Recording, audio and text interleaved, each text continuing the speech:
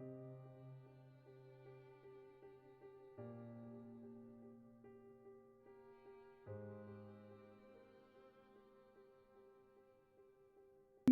have a king. It's still, a difficult thing to say. We're not used to saying that we have a king, but King Charles III and the Queen Consort, as Camilla now is, are expected to return to London tomorrow, where the new king will meet the Prime Minister. Don't forget, they haven't yet met since Liz Truss was appointed on Tuesday, and we're expecting the king, to address the nation tomorrow evening. So those events have shifted on a day because of the lateness of the announcement this evening. And then if we look forward to the weekend, that's when we expect things like the Accession Council and what's known as the sort of principal proclamation of the new king. And it has been remarkable, not least for its family getting to Balmoral as fast as possible. Yes, and I think that's when we knew this afternoon that things had taken a very serious turn for the worse when we saw arriving at Aberdeen Airport a plane carrying the Duke of Cambridge, Prince Edward and his wife Sophie, as well as Prince Andrew, so that at a point this afternoon, all of the Queen's children were there. Her grandson, Prince William, was there. Incidentally, from my understanding, Prince Harry, who made his own way to Balmoral, he had to cancel an event this evening he was due to do with Meghan, because they're in the UK at the moment, but it seems as if he arrived after the point at which his grandmother has passed. And knowing how close he was to her, despite leaving the royal family in that very difficult set of circumstances, I think he will be, deeply that he was unable to get to Balmoral in time. Of history, this country, your reflections, given your closeness and the way that you've studied this family over so many years. It is a moment of history. It's an extraordinary day. It's a day which we knew would come. A day that's not really a surprise, therefore, but still a shock that she's no longer there. She was born in 1926, the year of the general strike. The world has changed, this country has dramatically changed, and she presided over it with all the qualities that people have been describing so eloquently. And what has touched me, because like everyone else, my own feelings mean that I feel a powerful sense of loss. And I can talk about her, and I can talk about the new king, but presiding in two roles, not only as head of state, which she did incomparably well, but also in some way as it's so lovely. I think it's lovely. And you think human moments, Paddington Bear. For me, it was just a wonderful moment this summer. But the lead role was incredible.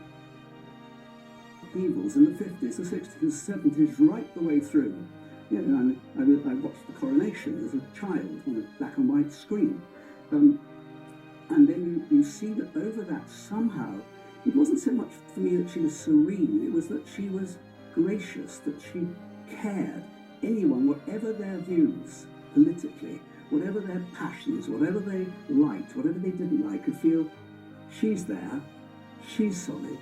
That was very, very important, and she had this great quality of being compassionate without expressing public compassion, and I think people got that. And it was such a fine line to tread, wasn't it? She needed to preserve as much of the mystique of monarchy that she could, but this was a life devoted to duty and in the service of others. Her 15 prime ministers, her travels around the world, meeting more heads of state, more senior figures than anyone else, I suspect, in history has ever done, because people did not travel before her time in the same way. The numbers of events that she presided over, the number of organisations in this country of which she was patron, her ability to walk through streets. There was a time, soon after a terrible IRA bombing in London, when there was a question mark about whether she should do the walkabout. She had really pioneered those walkabouts, and she did the walkabouts. That wasn't the only occasion where she'd been advised not to go, and she said, I'm going to go. She was no cipher She was her own person. Of course, when she was speaking for the government, she spoke within the guidelines that the government presented, but we saw glimpses of her, and you're right, that ability to straddle the line between being someone we recognise as a real human being who we know loved her family and who loved her in return, on the one hand, and being so astonishing in her public role over so long a period and never putting a foot wrong. We saw her with Mandela in Northern Ireland in 2000. Maybe wrong with the year, and I can be corrected. He famously called her Elizabeth. They were on first name terms. Yes, but he did. But in Ireland, she played a critical role in restoring relations. She was there. Head of State was there, Mary McAnally, and she started her speech at this great dinner in Gaelic, and you can see Mary saying, Tony's on saying, wow. Now that was a symbolic moment. You talk to anyone who was involved at the time in government, around government, they will say that without her, I mean, that was the point at which people said to themselves, we must never allow this battle to happen again. Yes, if there were one moment you could point to critically in our history, that would be one of the key I think it was fundamentally important. And there go back a bit, 1965, in the summer of 1965, her first visit to Germany after the war. Still, those of us can remember at the time, there were still people who wouldn't buy Mercedes-Benz cars. She went to the Berlin Wall, which had by the Russians, and she was a symbolic figure there, renewing ties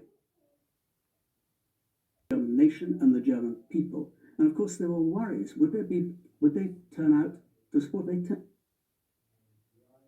Remark.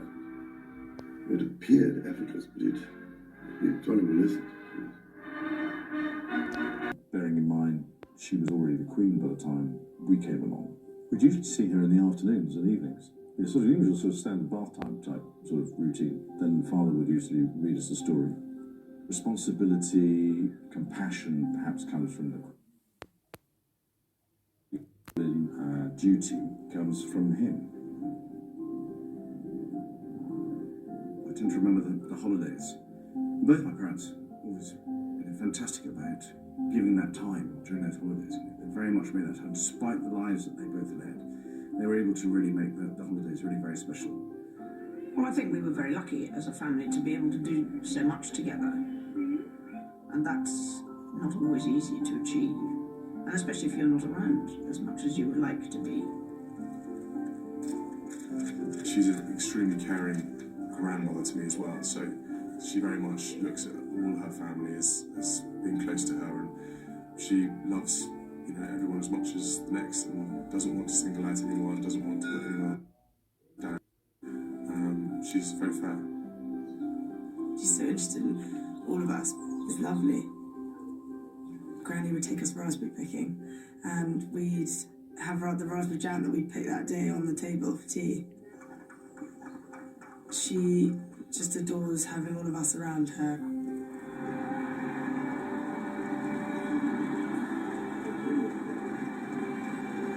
She's an incredible woman. To be able to meet her through his lens, not just with his honor and respect for her as the monarch, but the love that he has for her as his grandmother. When I met her, I had such a deep understanding and, of course, incredible respect for being able to have that time with her.